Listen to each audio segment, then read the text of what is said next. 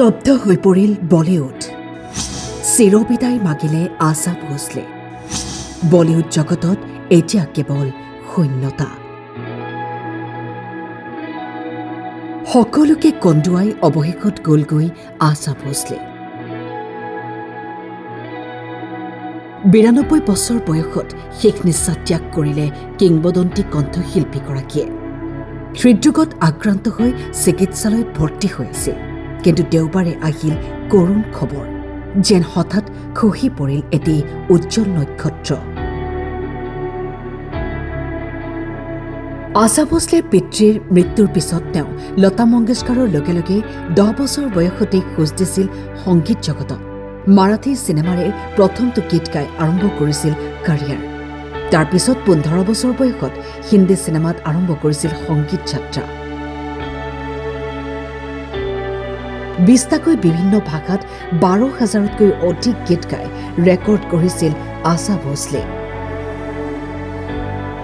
তেওঁৰ কণ্ঠই বলিউডত ইমানেই জনপ্ৰিয়তা লাভ কৰিছিল যে একে সময়তে তেওঁ পপ, গজল, ভজন, ক্লাছিকেল, ফ'ক, কাৱালী আৰু ৰবীন্দ্ৰ সংগীত গাই নতুন ট্ৰেণ্ড সৃষ্টি কৰিছিল।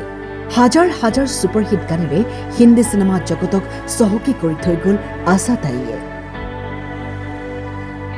হয়তো বহুতেই এই কথা নাজানে যে আশা ভোছলে এগৰাকী সফল বিজনেছ ৱুমেনো আছিল। বিশ্বৰ বিভিন্ন প্ৰান্তত তেওঁৰ 10টাকৈ ৰেষ্টুৰেণ্ট আছিল, য'ত পোৱা গৈছিল ভাৰতীয় খাদ্য।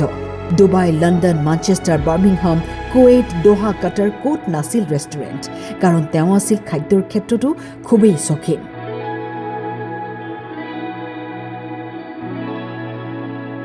দাদা চাহেব ফাল্কে বঁটা, দুবাৰকৈ ৰাষ্ট্ৰীয় পুৰস্কাৰ, ভাৰত চৰকাৰৰ Padma Vibhushan, Guinness book of world record আৰু 3বাৰকৈ গ্ৰেমীৰ বাবে মনোনীত হোৱা আশা ভোছলে সংগীত জগতত কি দি যোৱা নাই। গণি শেষ কৰিব নোৱাৰা পুৰস্কাৰৰ এখন দীঘলীয়া তালিকা। 1943 চনৰ পৰাই আৰম্ভ হোৱা গীতৰ যাত্ৰা অৱশেষত সামৰণি পৰিল 2026ত। সোমবাৰে মুম্বাইৰ শিৱাজী পাৰ্কত শেষকৃত্য সম্পন্ন হ'ব আশা ভোছলেৰ। তেওঁৰ পাৰ্থিৱ শৰীৰ ৰখা হৈছে তেওঁৰ বাসগৃহত। শেষবাৰৰ বাবে তেওঁক বিদায় জনাব পাৰিব বলিউড জগতৰ লগতে তেওঁৰ লাখ লাখ অনুৰাগীয়ে।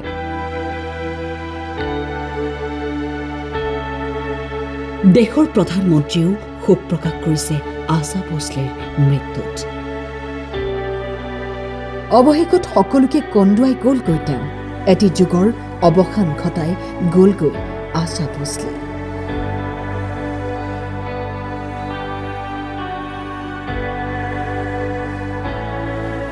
News desk, time 8।